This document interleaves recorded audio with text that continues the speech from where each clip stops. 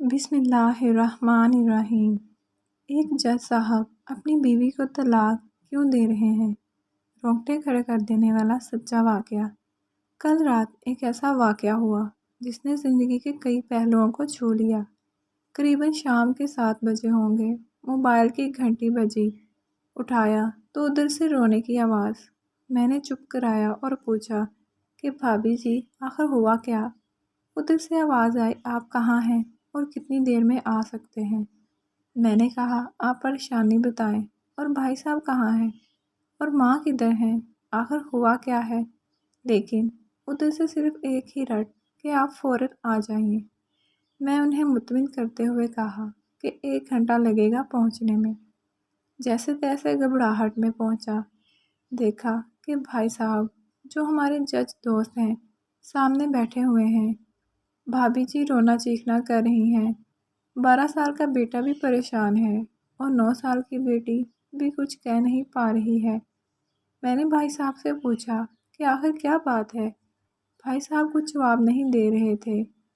بھابھی جی نے کہا، یہ دیکھیے طلاق کے کاغذات کورٹ سے تیار کرا کر لائے ہیں، مجھے طلاق دینا چاہتے ہیں۔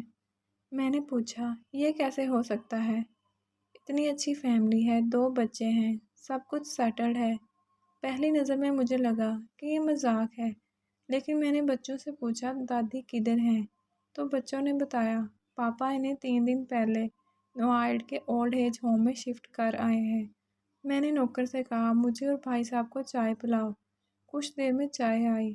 بھائی صاحب کو میں نے بہت کوشش کی چائے پلانے کی، مگر انہوں نے نہیں پی، اور کچھ ہی دیر میں وہ معصوم بچے کی طرح پھوٹ پھوٹ کر رونے لگے اور بولے، میں نے 3 دنوں سے کچھ بھی نہیں کھایا ہے۔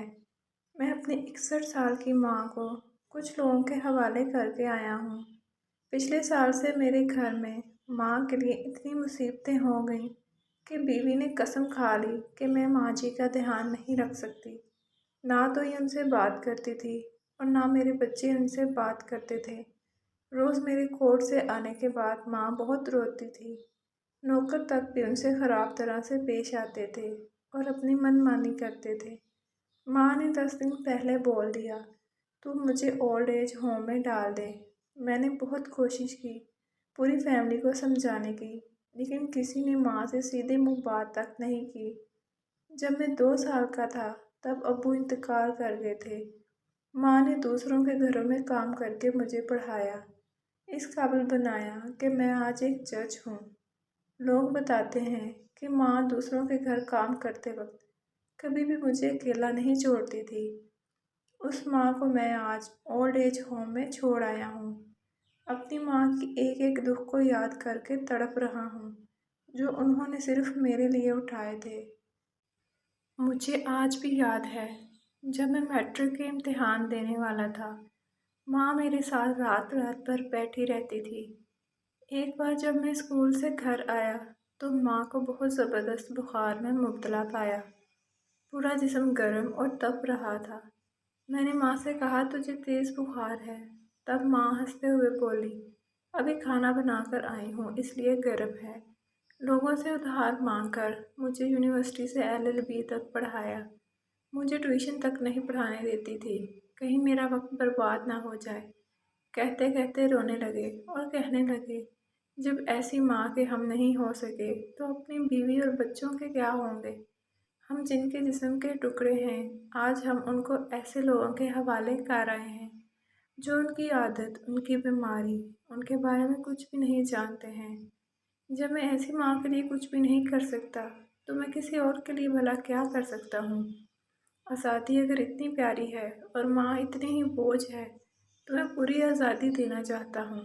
جب میں بغیر باپ کے پل گیا تو یہ بچے بھی پل جائیں گے، اس لیے میں طلاق دینا چاہتا ہوں۔ ساری پراپرٹی میں ان لوگوں کے حوالے کر کے اس اولڈ ایج ہوم میں رہوں گا۔ وہاں کم سے کم ماں کے ساتھ رہ تو سکتا ہوں، اور اگر اتنا سب کچھ کرنے کے باوجود ماں آشرم میں رہنے کے لیے مجبور ہے تو ایک دن مجھے بھی آخر جانا ہی پڑے گا۔ ماں کے ساتھ رہتے رہتے عادت بھی ہو جائے گی۔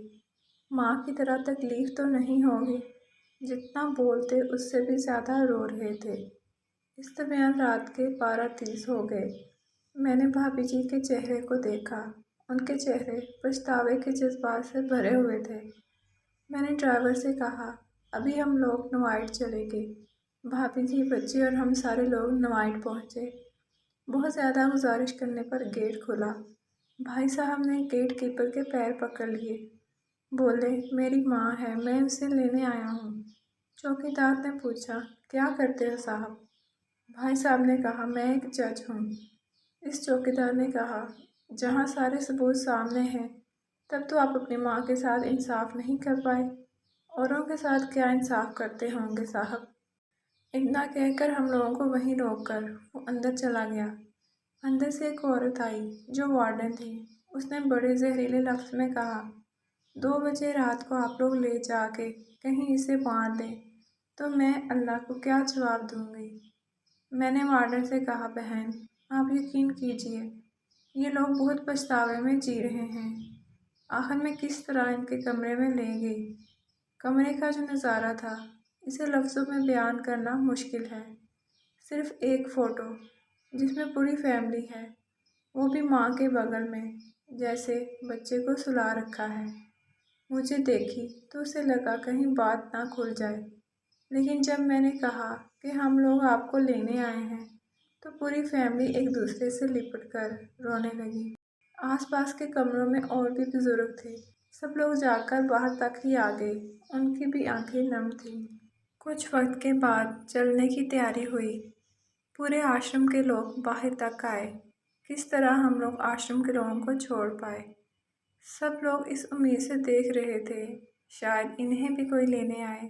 راستے پر بچے اور بھابھی جی تو چپ چاپ رہے، مگر ماں اور بھائی صاحب ایک دوسرے کے جذبات کو اپنے پرانے رشتے پر بٹھاتے رہے۔ گھر آتے آتے تقریباً 3:45 ہو گیا۔ بھابھی جی بھی اپنی خوشی کی چابی کہاں ہے یہ سمجھ گئی تھی۔